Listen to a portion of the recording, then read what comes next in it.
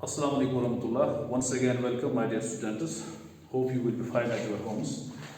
जैसे कि आपको मालूम है कि हम ट्रेंड्स टॉपिक जो है that is trends in periodic table, आज हम लास्ट प्रॉपर्टी पढ़ेंगे दैट इज द रिएक्टिविटी। इससे पहले हमने वैलेंस इलेक्ट्रॉन्स को पढ़ा, वैलेंसी को पढ़ा, एटॉमिक साइज को पढ़ा, metallic and non metallic character पढ़ा और लास्ट जो है और ये इस यूनिट का लास्ट टॉपिक भी है that is reactivity. That is reactivity. क्या देखना है हमें? अक्रॉस द पीरियोडिक टेबल जो रिएक्टिविटी को क्या हो जाती है, ठीक है, एंड डाउन द पीरियड हमें डाउन द ग्रुप देखना है कि रिएक्टिविटी एलिमेंट्स में क्या हो जाती है। ये जो हम देख रहे हैं ये एलिमेंट्स 118 एलिमेंट्स, उनकी केमिकल रिएक्टिविटी जो है ये डिफरेंट होती है। Some are more reactive, some are less reactive, some are inert, that means they are least reactive, तो किससे मिलते नहीं है। And this reactivity it depends on the position in the periodic table. Periodic table में उनकी position क्या है elements की, या it depends on the number of outer electrons. Outer electronic configuration जो है, आउटर इलेक्ट्रॉन्स जो है दैट इज वैलेंस इलेक्ट्रॉन, किस एलिमेंट के कितने वैलेंस इलेक्ट्रॉन है ये रिएक्टिविटी इसी पर डिपेंड करती है, ठीक है। यानी कि ये वैलेंस इलेक्ट्रॉन कितने लूज कर सकता है, कितना गेन इजीली कर सकता है, that is it is the reactivity. कोई एलिमेंट किसी के साथ मिलता है, for example metal non metal के साथ मिलेगा, कैसे मिलेगा? कभी मेटल लूज करेगा, नॉन मेटल गेन करेगा, ठीक है। अब कौन जल्दी लूज कर सकता है इलेक्ट्रॉन, कौन नॉन मेटल गेन कर सकता है जल्दी इलेक्ट्रॉन, तो that is the actually reactivity, that is the reactivity.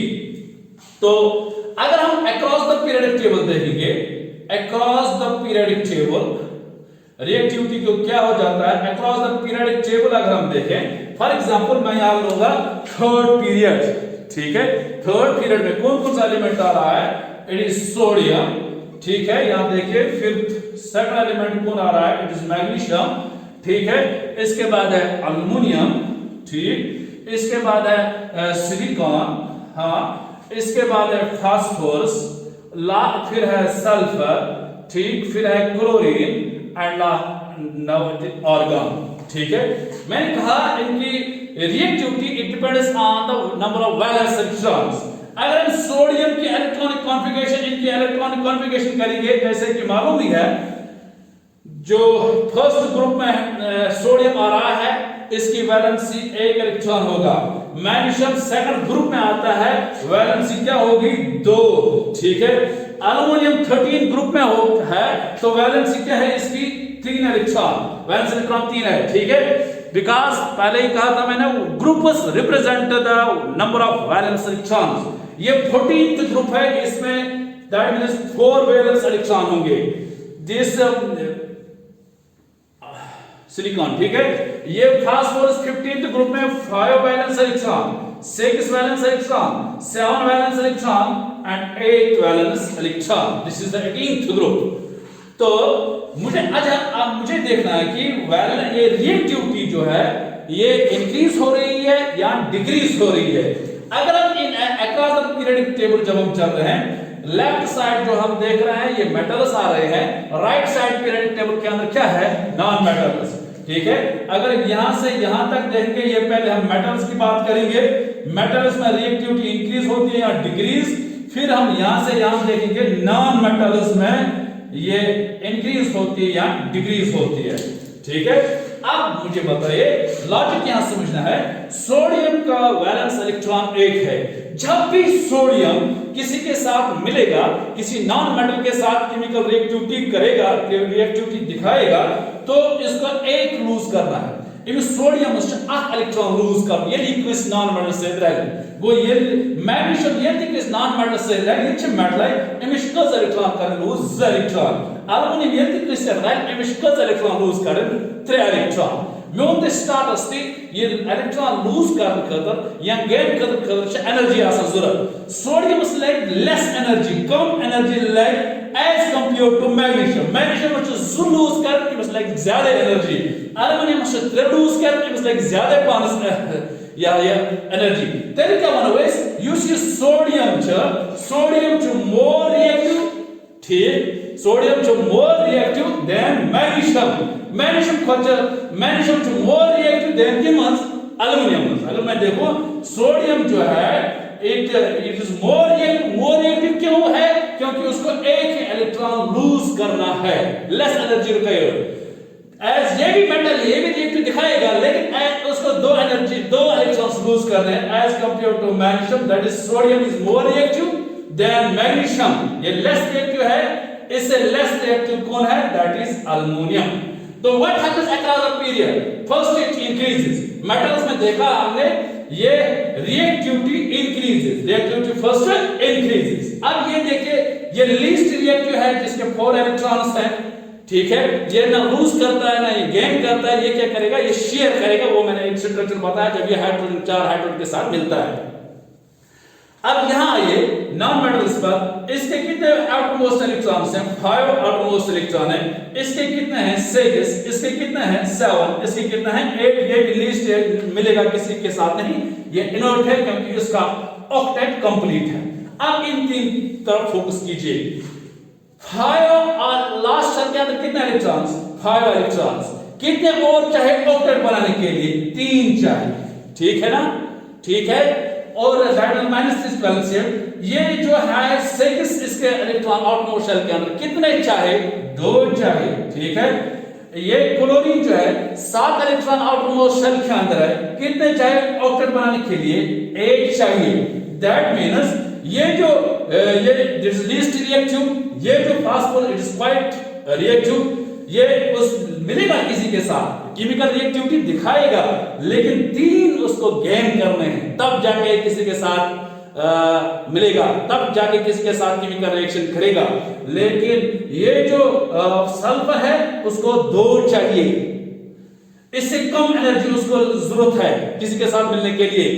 ये क्लोरीन जो है इससे सबसे कम एनर्जी चाहिए उसको किसी के साथ मिलने के लिए, ठीक है, क्योंकि एक ही गेन करना है, ठीक है।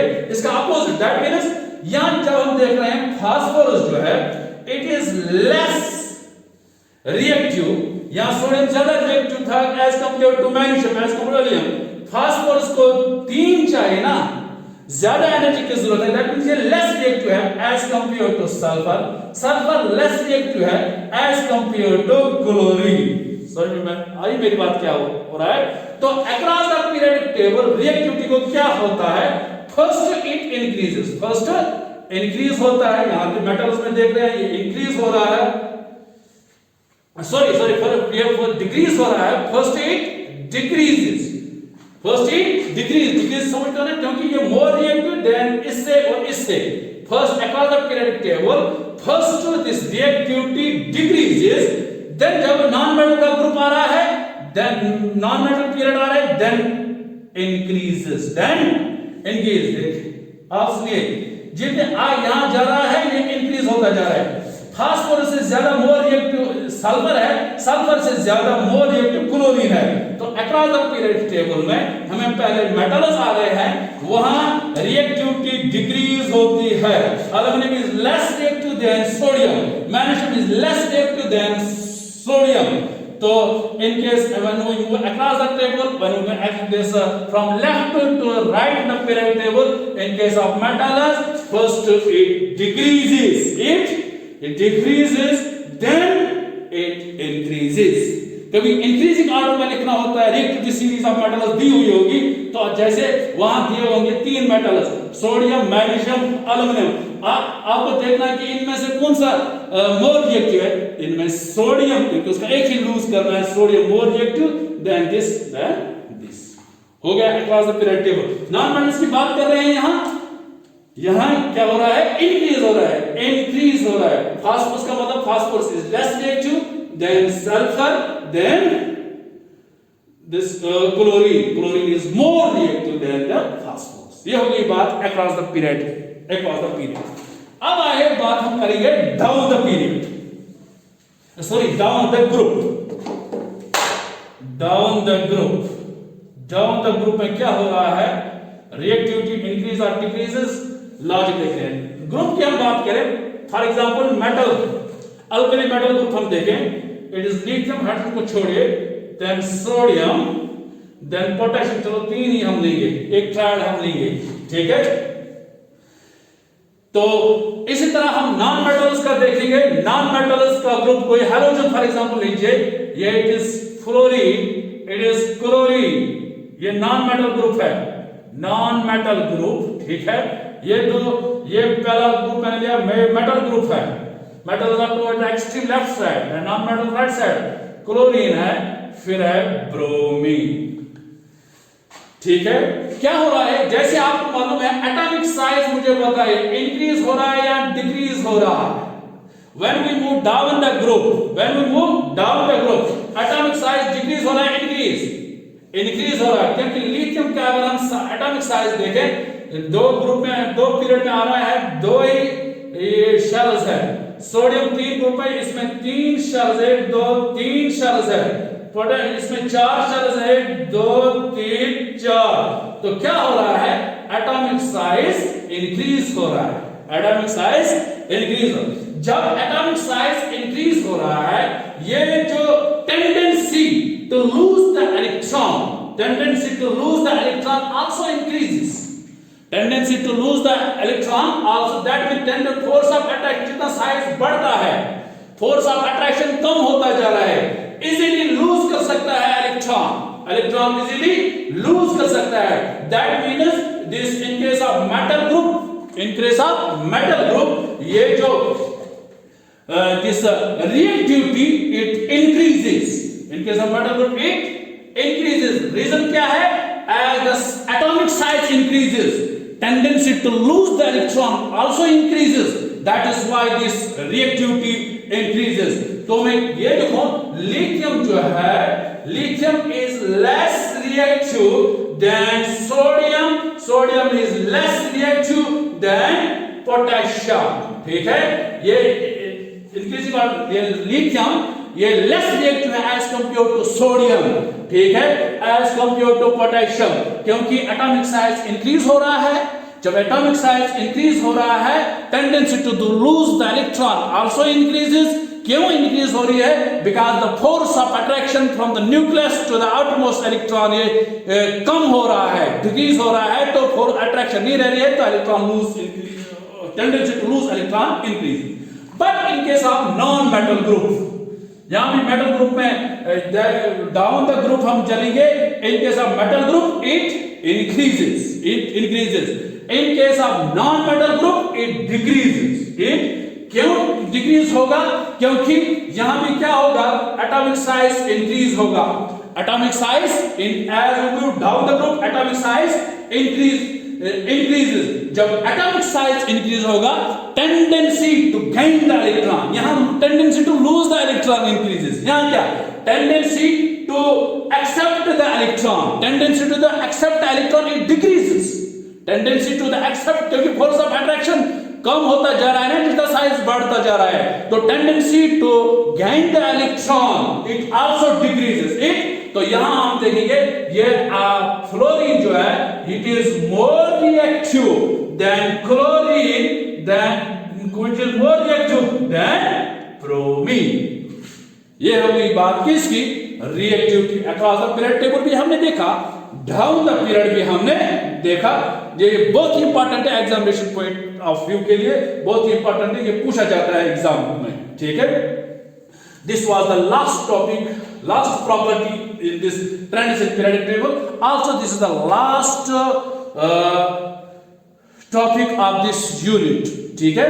तो इसके बाद मैं आज ही इंशाल्लाह शाम को, यहाँ सुबह संडे है, तो मैं इस यूनिट के पूरे नोट्स आपको भेज रहा हूं, और कल मैं आपको कल या परसों में आपको डेट दे रहा हूं, इसका एग्जाम होगा, ऑब्जेक्ट टाइप एग्जाम होगा।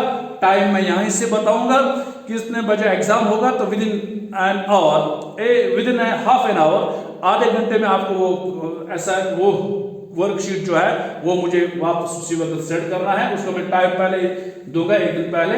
ऑब्जेक्ट टाइप या शॉर्ट आंसर टाइप क्वेश्चन होगा, 10-15 क्वेश्चन या 20 क्वेश्चन इस यूनिट पर होंगे, वो मैं आपको भेज रहा हूं, क्योंकि इस यूनिट के अंदर लॉन्ग आंसर टाइप क्वेश्चन नहीं आएगा, सिर्फ very short and short type question आएगा।